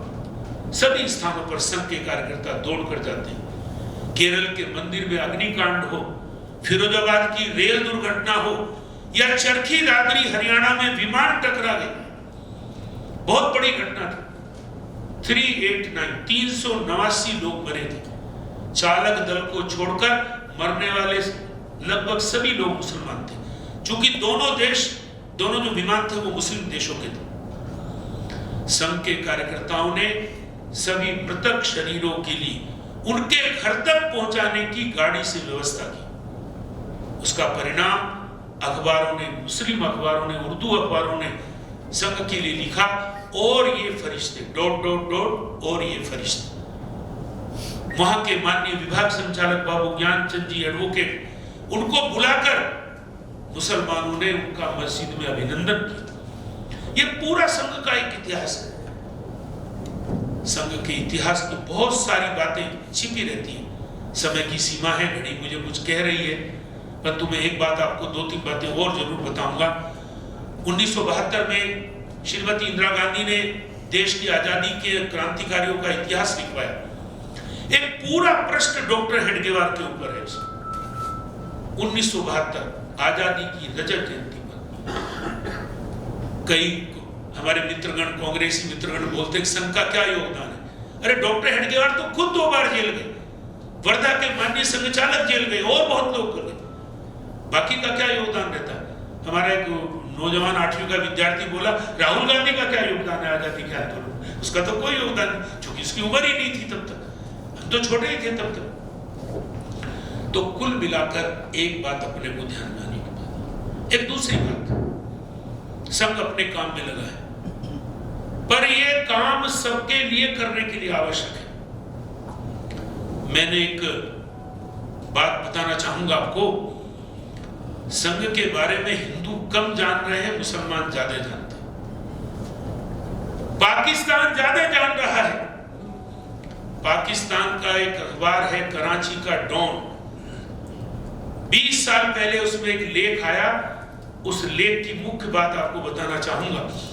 वो लेख लिखता है, उन्होंने पूरी संघ की शैली बताई, पर उसमें अंत में एक बात लिखी कि संघ की स्थापना 1925 में हुई, यदि वो स्थापना 1935 में हुई होती तो पाकिस्तान का साइज दुगना होता। और एक बात लिखी, कहीं 1915 में हो गया होता तो शायद पाकिस्तान अस्तित्व में ही नहीं आता। ये उर्दू प्रेस लिख रहा है, पाकिस्तान का अखबार लिख रहा है।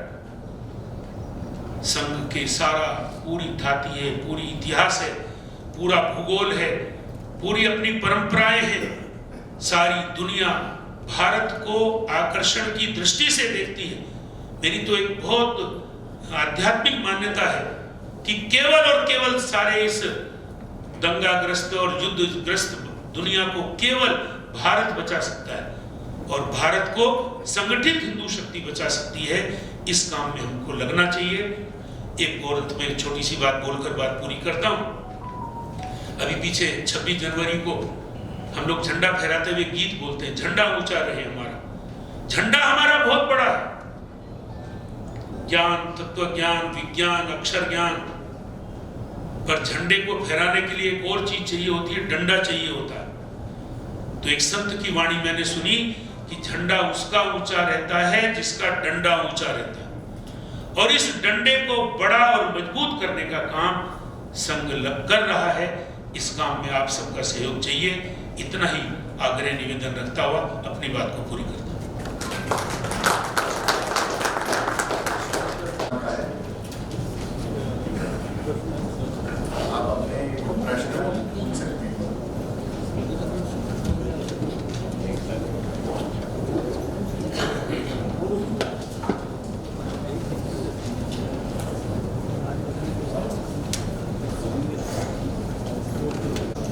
मैं एस.के. तिवारी हूँ, सेवानिवृत्त शासकीय विभाग से।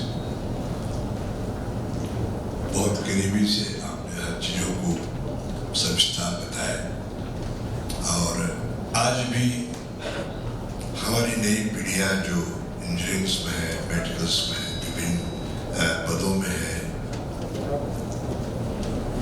मेरा अनुभव है हम वहाँ तक नहीं पहुँच पा रहे हैं।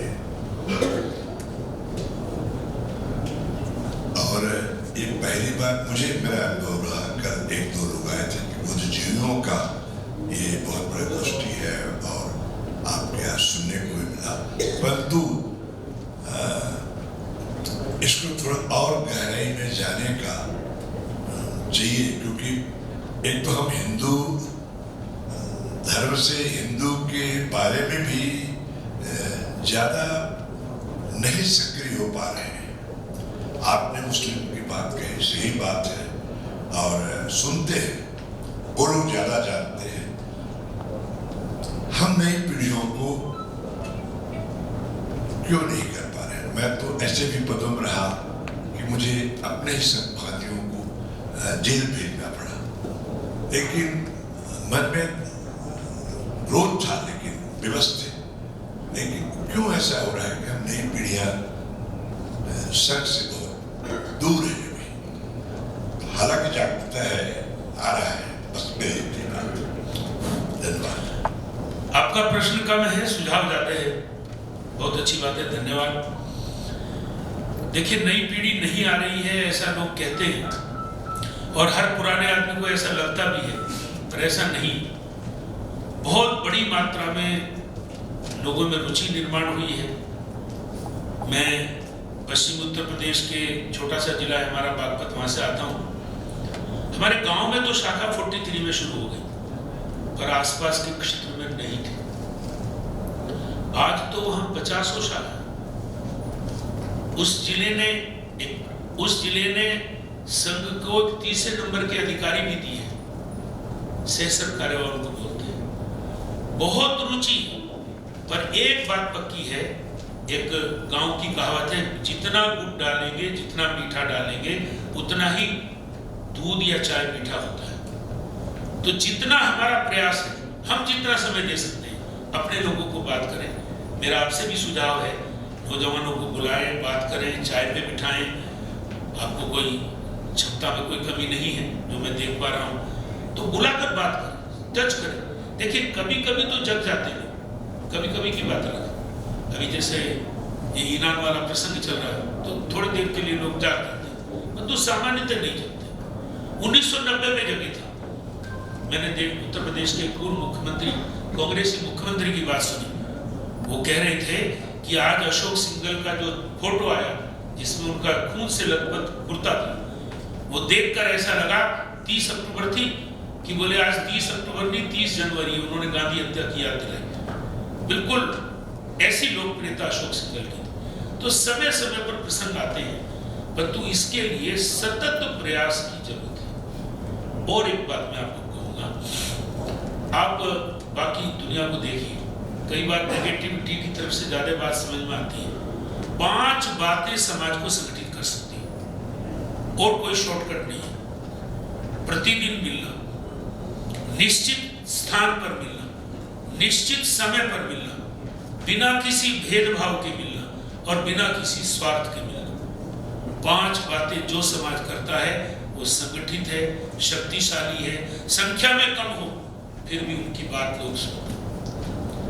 हम जितना समय हम दे पा रहे हैं उतना कर पा रहे हैं। अभी पूज्य बाला साहब देवरा जी कहते थे कि हिंदू समाज इतना दुर्भाग्यपूर्ण हो गया, इतना हतभाग्य हो गया, इसका हमको भी अनुमान नहीं था। इतना समय नहीं लगना चाहिए था 1 लाख शाखा पहुंचने। ये काम तो 50 साल पहले पूरा हो जाना चाहिए, ऐसा उनका मन था। तो ये धन्यवाद। दूसरा अपना निवेदन है, औरों को पूछने का थोड़ा औरों को मौका दे। हम रहेंगे, आप नंबर ले लेंगे आपसे। आपने बहुत सही बात रखी। रायपुर शहर में ही मेरे खुद के यहाँ 4 लोग ऐसे हैं, एक साहू है, एक नाई है। इस सब के सब संडे को नहीं आते।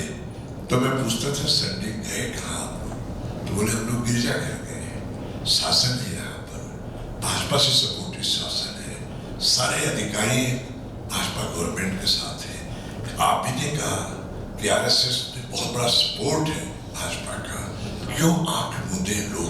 रायपुर में ही आसपास मैं आपको हजारों संख्या दे दूंगा, धर्मांतरण प्रतिदिन हो रहा है। ठीक।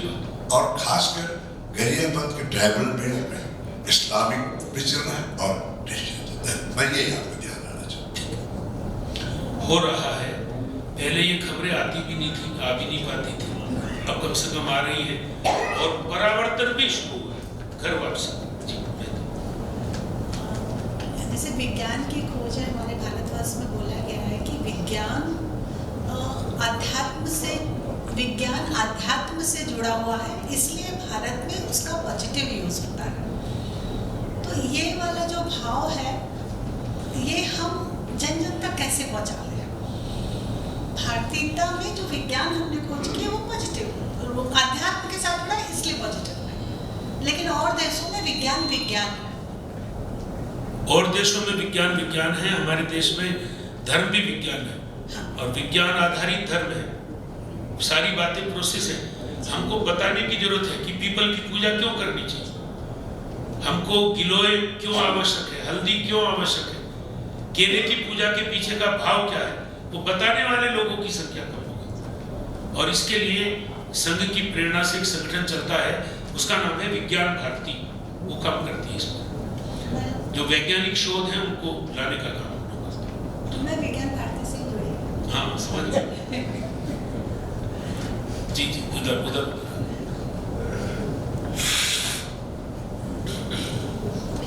जय श्री राम भाई साहब, मैं सतीश चुगानी हूँ सिंधी समाज से। मेरा प्रश्न ये था कि संघ का एक लक्ष्य अखंड भारत भी है। अखंड भारत को जब हम लक्ष्य हासिल करेंगे तो जो अल्पसंख्यक हैं वो बहुसंख्यक हो सकते हैं। इस समस्या को कैसे संघ देखता है और कैसे इसको दूर कर सकते हैं? उस बात से तो डरने की जरूरत नहीं है। अभी तो हम बहुमत में हैं, फिर भी कहां संगठित है, वो विषय नहीं है। विषय ये कि भाव कैसा है।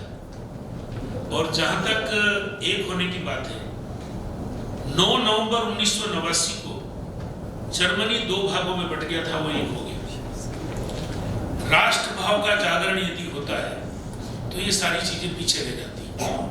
40 साल तक अमेरिका वियतनाम में फंसा रहा, फिर भी वो दोनों वियतनाम एक हो गए, उत्तर वियतनाम दक्षिण वियतनाम। राष्ट्र भाव का जागरण। और अभी जो वियतनाम के पीछे राष्ट्रपति थे, उनके विदेश मंत्री भारत आए तो उन्होंने हल्दी घाटी की मिट्टी मंगवाई उनसे कि ऐसा एक वीर पुरुष महाराणा प्रताप हुआ है। तो राष्ट्र भाव का जागरण आवश्यक है, संख्या बहुत महत्वपूर्ण। आप सभी को प्रणाम। ये सही है कि कुत्ता भौंकता रहे और सज्जन आदमी काम करता रहे, पर आज की परिस्थिति में, राजनीति में जो द्वेष की भावना रखते हैं संघ के प्रति, तो मेरा यह विचार है कि संघ को भी उस प्रकार से आक्रामक होना चाहिए और उस प्रकार उनके शरीर भाषा में जवाब देना चाहिए और उन्हें कहना चाहिए कि आप भी आओ 10 दिन बाद शाखा में रेगुलर आओ, तब पता पड़े कि शाखा क्या है। आपने इन दिनों पूजनीय सरस्वती चालक जी के भाषण सुने होंगे। वो यही बोलते हैं कि आप दूरबीन से संघ को नहीं समझ सकते, आप आइए तो आप संघ को समझ सकते। आपकी बात ठीक है। संगठन क्या होता है आरएसएस से बेहतर मुझे और नहीं समझ सकते, क्योंकि आरएसएस ही एक बेहतर संगठन दे पाए, सेवा भी आरएसएस ने दी। लेकिन भाई साहब, जो हिंदू समाज में विभिन्न जातियां हैं, उन जातियों के अंदर एकता तो है लेकिन संगठन नहीं दिखता। बहुत सारी इकाई, बहुत सारे संस्थाएं बन जाती है हर जाति में, तो कैसे उन जाति के अंदर जो संगठन है उसे संगठित किया जाए और उसमें आरएसएस क्या रोल कर सकता है? बहुत अच्छा प्रश्न है। देखिए, आपको ध्यान में आया होगा कि संघ ने एक नया काम शुरू किया है, सामाजिक सद्भाव बैठकें। अभी जो ये संघ की शताब्दी वर्ष चल रहा है, इसमें भी हर जिला स्तर पर कम से कम एक सामाजिक सद्भाव बैठक जरूर करना। चूंकि सारी जातियां मिलकर एक है, गुलदस्ता बनता है, गुलदस्ते में विभिन्न प्रकार के फूल रहते हैं। 2006 में ये कार्य प्रारंभ हो गया था परम पूजनीय गुरु जी की जन्म शताब्दी के समय। मैं उन दिनों ब्रज प्रांत में प्रांत प्रचारक था। बरेली की सामाजिक सद्भाव बैठक में हम गए तो 26 लोग आए उस बैठक में, 26 जातियों का प्रतिनिधित्व कर रहे थे। पर बहुत आश्चर्यजनक बात थी कि 26 में से 18 लोग शाखा से जुड़े रहे और 9-10 लोग ऐसे थे जिन पर कोई ना कोई दायित्व था या रहा। तो कुल मिलाकर सब एक है, ये भाव पैदा करने का प्रयास करते, सामाजिक सद्भाव बैठ के। ठीक है, उधर किन्होंने हाथ उठाया?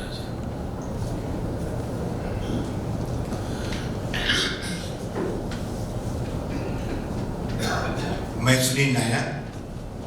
मेरा प्रश्न है कि जैसे कि आपके व्याख्यान में एक चीज आई थी कि भ्रष्टाचार बढ़ रहा है, भ्रष्टाचार को दूर करने के लिए संघ के क्या प्रयास हो सकते हैं, पहला प्रश्न। दूसरा प्रश्न ये है कि हिंदुओं को इकट्ठा करने के लिए कोई ऐसा एक दिन नियत किया जाए कि अन्य जाति धर्म के लोग जब इकट्ठे होते हैं वो अपनी ताकत के एहसास करते हैं, मगर हिंदुओं में वो कमी देखी जाती है कि किसी एक दिन माह में या सप्ताह में एकत्रित होकर के हम अपनी ताकत दिखाएं, ऐसा जन जन में भाव हो। संघ तो इस पर बहुत आग्रह रखता ही है। आपका जो पहला प्रश्न है उसका मैं उत्तर दूंगा। पहले भ्रष्टाचार वाला विषय, संघ प्रयास करता है कि लोग प्रामाणिक हों, निस्वार्थ बुद्धि से काम करें, तन मन धन पूर्वक करें। मैं ऐसा नहीं कहता कि भाई संघ के स्वयंसेवक यदि कोई सरकारी सेवा में है तो वो 100% ईमानदार निकलेंगे, मैं ऐसा दावा नहीं करता, परंतु प्रयास उस दिशा में जारी है। संघ के कार्यकर्ता को आने के बाद एक प्रतिज्ञा कराई जाती है, उस प्रतिज्ञा में ये शब्द है, संघ का कार्य में निस्वार्थ बुद्धि और तन मन धन पूर्वक करूँ। तो कुल मिलाकर समाज में, ये समाज मेरा है, अपना है, हम सब एक है, ये भाव पैदा होता है। देखिए, आप का बेटा यदि कुछ काम से आए तो आप उससे तो रिश्वत नहीं मांगेंगे। हालांकि मैंने तो इसकी विपरीत भी बात सुनी है। मैं उत्तर प्रदेश से हूँ, तो वहाँ एक बहुत बड़े हिंदी के कवि हुए हैं, काका हाथरस के कवि वो माने जाते हैं। तो मैं जब छोटा था, 6ठी 7वीं में पढ़ता था, तो हमारे इंटर कॉलेज में कवि सम्मेलन हुआ, उसमें वो आए थे और मुझे उनकी एक कविता की 2 लाइनें याद है जो आज भी शाश्वत दिखती है। वो कहते थे, उनकी लाइन में आया ऐसा, क्यों हाथ कांप रहे रिश्वत लेकर, पकड़े जाओ तो छूट जाओ रिश्वत देकर। ये उनका कहना था। मुझे 1965 के युद्ध के एक सेनानी, उनके पिताजी एक कार्यक्रम में मिल गए। उन्होंने बहुत अच्छी बातें बताई। एक बहुत अच्छी बात आपको बताने जा रहा हूं। पहले आदमी 50 साल 60 साल पहले रिश्वत लेता हुआ डरता था, घबराता था, कहता था कि नहीं भाई मुझे भी अपने बच्चे पालने हैं।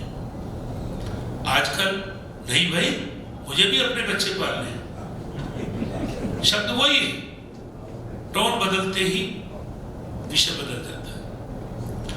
दूसरा विषय जो आपने कहा, ये सारी बातों का उत्तर एक ही में है, हिंदू संगठन। और उसके लिए हम कितना समय दे सकते हैं। संघ में हम एक और बात कहते हैं, शाखा में एक पद्धति होती है, एक आज्ञा होती है।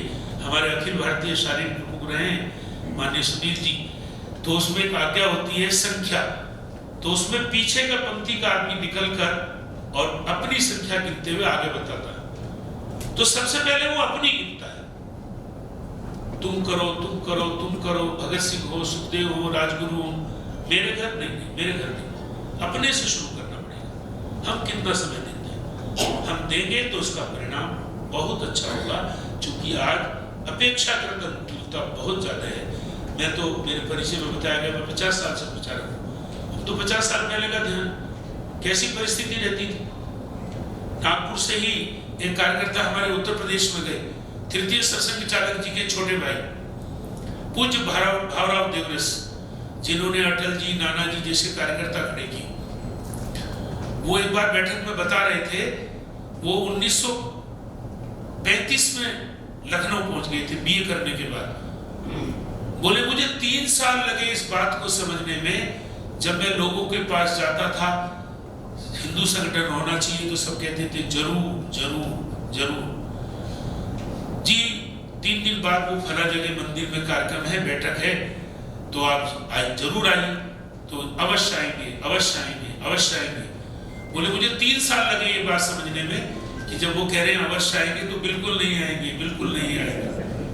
बहुत मुश्किल काम है एक एक व्यक्ति को समझाना। 20 दिन प्रयास किया उन्होंने। संघ के नागपुर के कैंप में जाने की 100 की सूची थी। 20 दिन पहले वो 20 रह गए, घटती चली गई। आखिरी दिन भी एक व्यक्ति था, सवेरे उसको तैयार करने गए, उसके भी रिश्तेदारी में कोई शादी निकल आई। बहुत कठिन काम है, बहुत कठिन काम है। नाम बताना ठीक नहीं है। मैं एक वरिष्ठ प्रचारक के घर गया, 12 साल से प्रचारक है, पूर्ण समय दे रहा है। माताजी रोई नहीं बस, वो तो पूर्ण समय दे रहे हैं। ऐसे भी कार्यकर्ता हजारों की संख्या में संघ ने तैयार किया। आज भी 3500 पूर्णकालिक प्रचारक। शाखा एक पद्धति है, प्रचारक एक और सहयोगी काम। तो समय देने से काम होता है, समय देंगे तो परिणाम अच्छा। ठीक है, और कोई? सादर प्रणाम। जैसे आज के ज़माने में डिजिटल युग है, डिजिट्स एक ज़्यादा अच्छे से समझ में आती है। अन्य धर्मों में डिजिट्स एक है, चाहे वो एक थोड़ा आप ऐसे करिए साहब, चाहे वो एक चाट का ठेला भी हो। नहीं, वो उसको बस ज्यादा वर्णन करिए, आप विषय बताइए। तो मेरा ये मानना है कि एक डिजिट्स के माध्यम से एक सिंबॉलिक डिजिट्स आना चाहिए। जैसे कि बर्मा में विराट कोहली जी ने 969 एक कैंपेन किया, इकोनॉमी पूरी बदल गई वहाँ की, और दूसरे को मजबूर होना पड़ा कि हम उसके हिसाब से रहें। 969 मूवमेंट यदि हम देखेंगे, भगवान बुद्ध के मूवमेंट के हिसाब से उन्हें शुरू किया, उनके गुणों के हिसाब से। इसी एक प्रकार और भी है, कुछ छोटे चार्ट के ठेले में भी कुछ नंबर लिखा रहता है। तो क्या एक हमारा एक नंबर नहीं हो सकता, डिजिट नहीं हो सकता? डिजिट्स एक जो है बहुत जल्दी आकर्षित करता है, ऐसा मेरा सुझाव। बहुत अच्छा सुझाव है, पर खाली डिजिट से कुछ नहीं होगा। डिजिट तो है 108 है, 1008 भी है, डिजिट से क्या होगा? जी जी, मैंने कहा ना, झंडा बहुत ऊंचा है, डंडा चाहिए उसके पीछे। असली तो ताकत डंडा है, वो डंडा मजबूत करने का काम संघ करता है। आप अंकों के ज्यादा चक्कर में मत पड़िए, यहाँ बहुत विराथू निकल आएंगे। वो एक विराथू है यहाँ, तो मैं कह रहा हूँ कि 3000 से ऊपर प्रचारक है, इंजीनियरिंग करके, MBBS करके, PhD करके, उच्च शिक्षा विभूषित लोग। ऐसा नहीं, वो असली ताकत सामाजिक ताकत है। ठीक है, हो गया? और कुछ अंतिम या कोई और बात? राष्ट्रीय स्वयंसेवक संघ की नजर में क्या हिंदू की कोई परिभाषा है? जी, हिंदू जब हम कह रहे हैं तो क्या ये परिभाषित किया हुआ है, और अगर परिभाषित नहीं किया हुआ है तो कृपया बताएं कि हिंदू का मतलब क्या? हिंदू की कई परिभाषाएं की गई हैं। एक है संस्कृत का श्लोक है, हिमालयम समारंभे यावत् सर्व। फिर दुनिया के लोगों ने हमको कह दिया कि सिंधु नदी के पार, तो राजस्थान में साग को हाल भी कहते हैं। तो कोई बड़ा आदमी गया तो वो पूछता है सामने वाला, काई हाल है हेड जी, यानी सेठ जी के लिए हेड जी कहते हैं। तो वो भी एक परिभाषा है। परंतु अपनी परिभाषा का जो भाव है वो ये है कि जिसकी जन्मभूमि भारत हो, जिसकी पितृभूमि भारत हो, जिसकी कर्म भूमि भारत हो, पुण्य भूमि भारत हो, वो भारत हो। कोई विदेशी व्यक्ति यहाँ राजदूत है, उसके घर में बच्चा पैदा हुआ तो वो यहाँ का नागरिक नहीं माना जाएगा। नागरिक को इंग्लैंड का है तो इंग्लैंड का ही माना जाएगा। उसकी जन्मभूमि, मातृभूमि, पितृभूमि और पुण्य भूमि ये भारत होना चाहिए। उसकी निष्ठा कहीं देश के बाहर नहीं होनी चाहिए।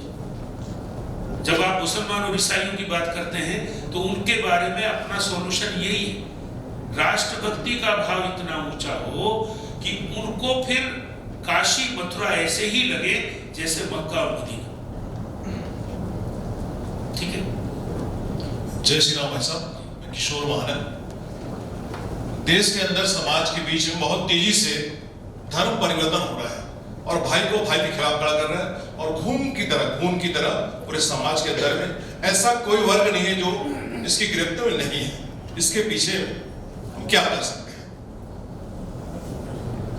देखिए, तो दुनिया की एक लड़ाई है। आज हिंदू समाज का जब विचार करेंगे तो एक ही देश है, नेपाल को भी कह सकते हैं। उनके 125 से ज्यादा देश हैं, 57 देश इस्लामिक राष्ट्र भी हैं, और वो उनके हर चैरिटी और उसका सब विषय बहुत चलता है।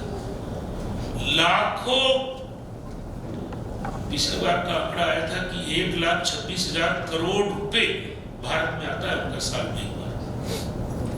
1.25 लाख से ज्यादा ईसाई पादरी और नन्स, ये सब विषय चलता है। समाज कितना समय देता है, बात देता है, ये विषय ज्यादा महत्व का है। मैं अपने प्रारंभिक दिनों में सहारनपुर में जिला विचारक रहा। वहां एक देवबंद नाम का स्थान है। देवबंद, ये किस किस ने सुना है? जरा मैं चाहूंगा कि हाथ उठाइए। ठीक है, बहुत अच्छा। तो आगे की बात भी आप समझ गए होंगे। देवबंद में मुसलमानों का दुनिया का सबसे बड़ा विश्वविद्यालय है। 25,000 विद्यार्थी, पूरी व्यवस्था, सब निःशुल्क, खाना, रहना, कपड़ा, भवन सब फ्री। मैं वहां जिला विचारक था। एक दिन बड़ी सजावट हो रही थी। जहां हमारा संघ कार्यालय था उसके आगे फिर वो दारुल उलूम के लिए रास्ता जाता, तो बड़ी सजावट हो रही थी। पूछा मैं क्या है, तो लेबनान का प्रिंस आ रहा है ऐसा बताया, राजकुमार। 8 दिन बाद फिर जाना हुआ तो वहां पता चला कि वो $1 करोड़ देकर गया। उस समय 1980 $1 करोड़ दान देकर गया।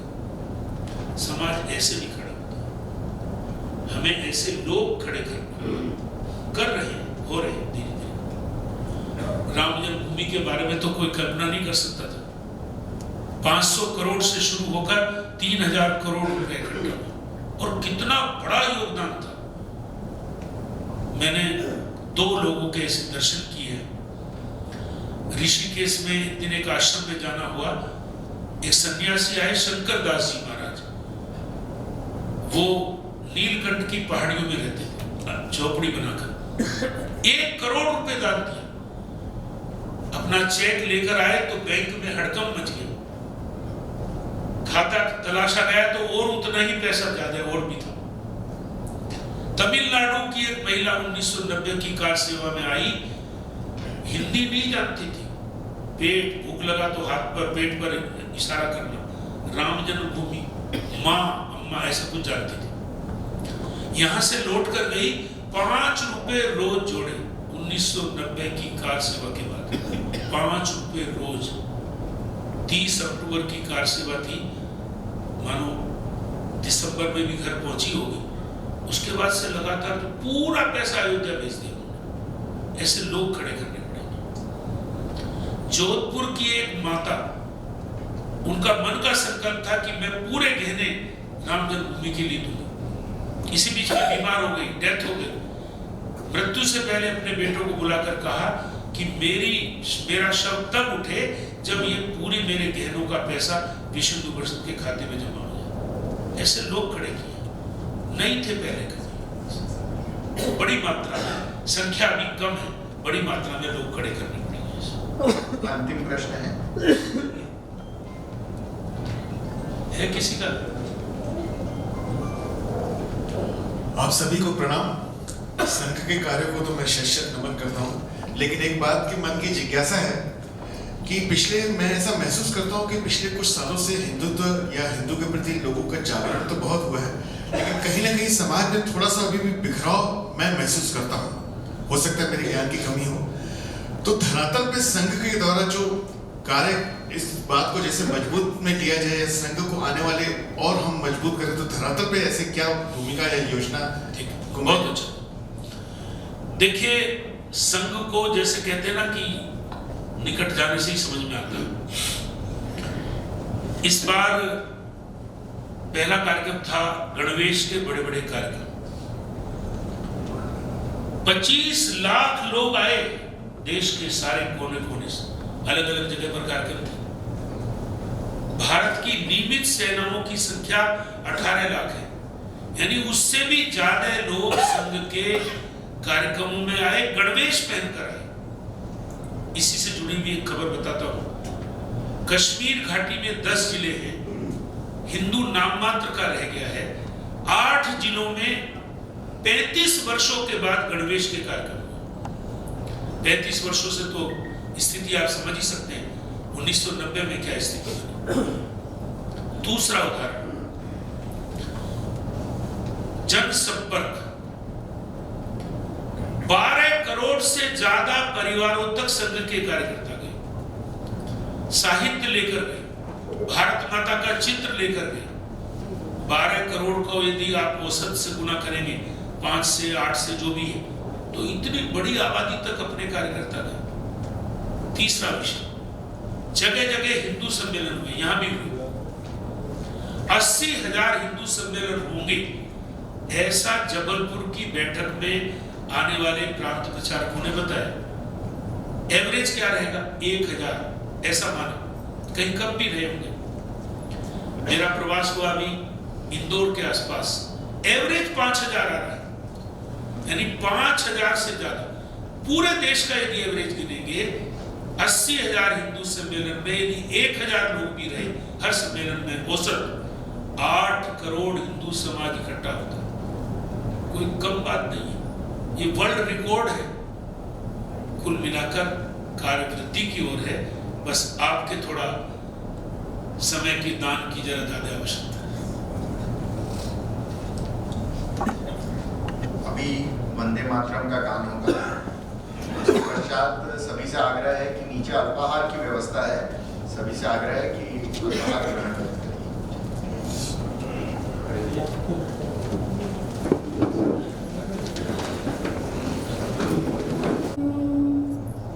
वंदे मातरम, वंदे मातरम, सुजला सुफला मलयज शीतला शस्य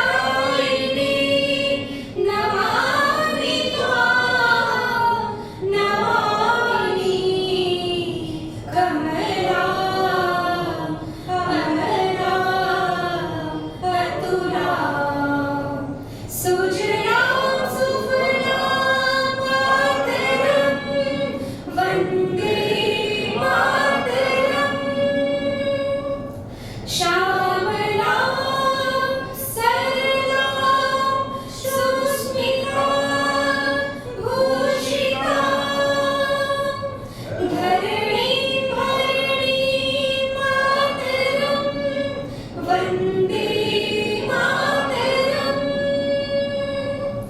वन्दे मातरम्